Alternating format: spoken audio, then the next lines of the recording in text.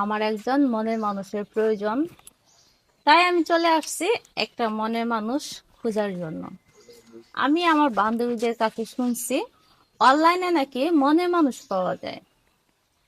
তাই আমি মনের মানুষ খোঁজার জন্য আসছি।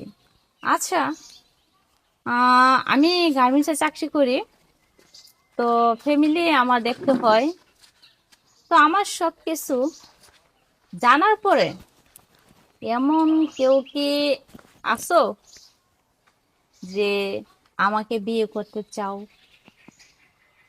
আমাকে নিয়ে সংসার করতে চাও, আমার সাথে সময় কাটাতে চাও এবং ঘুরতে যেতে চাও? যদি থাকো তাহলে অবশ্যই আমার সাথে যোগাযোগ করবা। আর হ্যাঁ, এর মাঝেও একটা কথা আছে। তোমরা অনেকেই বলো যে আমার ফোন নাম্বার পাও নাই, তোমার সাথে যোগাযোগ কিভাবে করব। প্রায় আমি এরকম ধরনের কমেন্ট গুলা পড়ি। আসলে তোমরা আমার নাম্বার পাবে কি করে?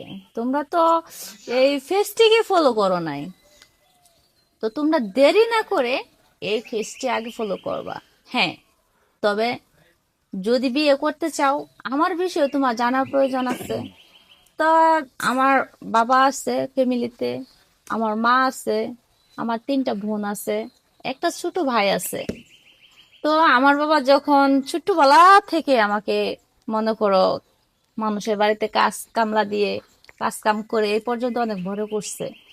কিন্তু আমার বাবা এখন সমর্থ নেই যে পুরাটা ফ্যামিলি চালাইবো। কিন্তু আমার বাবার উপরে অনেক জুলুম হয়ে গেছে এই ফ্যামিলিটা চালানো। তাই আমি গার্মেন্টস করছি, গার্মেন্টস করে এই পর্যন্ত আমার ফ্যামিলিটা চালাইছি।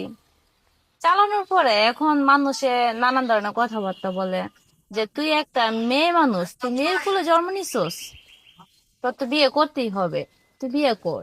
কিন্তু আমি বিয়ে করতে চাই না এবং চাচ্ছিলাম না, কারণ ওই যে আমার বাবা আমার কথা চিন্তা করে। আমি চিন্তা করছি এখন যদি আমি বিয়ে বসি, তাহলে আমার বাবা মাকে কে দেখবে, আমার ছোট ছোট ভাই বোনকে কে খাওয়াবে, কে মুখে দুমুঠো দুইটা ভাত তুলে দিবে। এইসব কথা চিন্তা করে নিজের সুখ বিসর্জন দিচ্ছি। আমার নিজের সুখ আমি মানে খুঁজি নাই। আর এখন মানুষের কথা, তিতা কথা শুনতে শুনতে আর এখন ভালো লাগে না।